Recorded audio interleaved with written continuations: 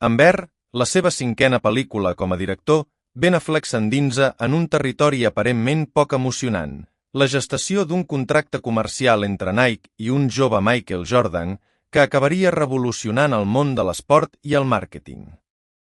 El que podria haver estat un relat merament anecdòtic es transforma, sota la seva mirada, en un drama corporatiu curiós, entretingut i sòlidament construït. Ara bé, tot i els seus encerts, el film no acaba d'arribar a l'excel·lència. El gran punt fort d'Air són, sens dubte, les actuacions. Matt Damon porta el pes de la pel·lícula amb solvència i contenció, evitant excessos i fent creïble el seu personatge com a caçatalents persistent i intuïtiu. Jason Bateman, en un paper més discret, aconsegueix generar empatia i oferir els moments més humans del film. El mateix Ben Affleck, amb una interpretació una mica excèntrica del CEO de Nike, ofereix una presència irònica que aporta lleugeresa. Però qui brilla amb llum pròpia és, com gairebé sempre, Viola Davis. En el paper de la mare de Michael Jordan, Davis desplega una força serena, una intel·ligència emocional i una fermesa de caràcter que gairebé roba la pel·lícula en cada escena que apareix. És una d'aquelles actuacions secundàries d'Oscar que donen gravetat i profunditat a tot el relat. Pel que fa a l'apartat estètic i tècnic, Air sap capturar amb eficàcia l'ambient dels anys 80.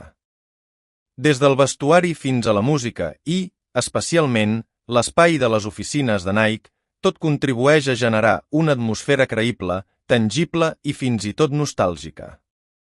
La recreació escènica és meticulosa i ben aprofitada narrativament. L'oficina del protagonista esdevé gairebé un personatge més, símbol de la lluita entre el pragmatisme empresarial i la visió arriscada que busca transformar el món de l'esport i el consum.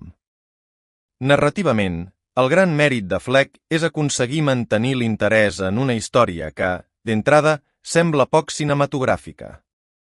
Transformar la firma d'un contracte en un thriller lleuger de negocis i dilemes ètics no és fàcil, i aquí el guió d'Alex Convey i la direcció de Fleck troben un bon equilibri entre el drama personal i el món empresarial. La pel·lícula sap ser intel·ligent, àgil i funcional, i manté un ritme constant que no decau. Tanmateix, Air pateix d'un excés d'autoimportància en determinats moments.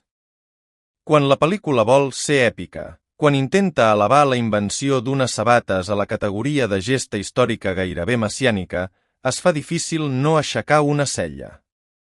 L'èmfasi dramàtic que es posa en determinats diàlegs o en certes escenes no s'ajusta del tot a la magnitud real dels fets i això desajusta el to.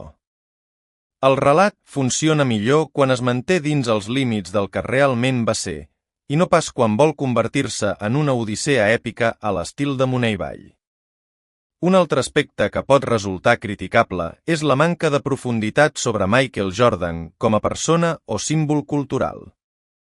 El jugador és pràcticament un fantasma a la pel·lícula, sempre fora de pla o silenciat, i si bé aquesta és una decisió estilística deliberada per mantenir el focus en els executius, també pot generar certa frustració en l'espectador interessat en la figura de Jordan més enllà del contracte.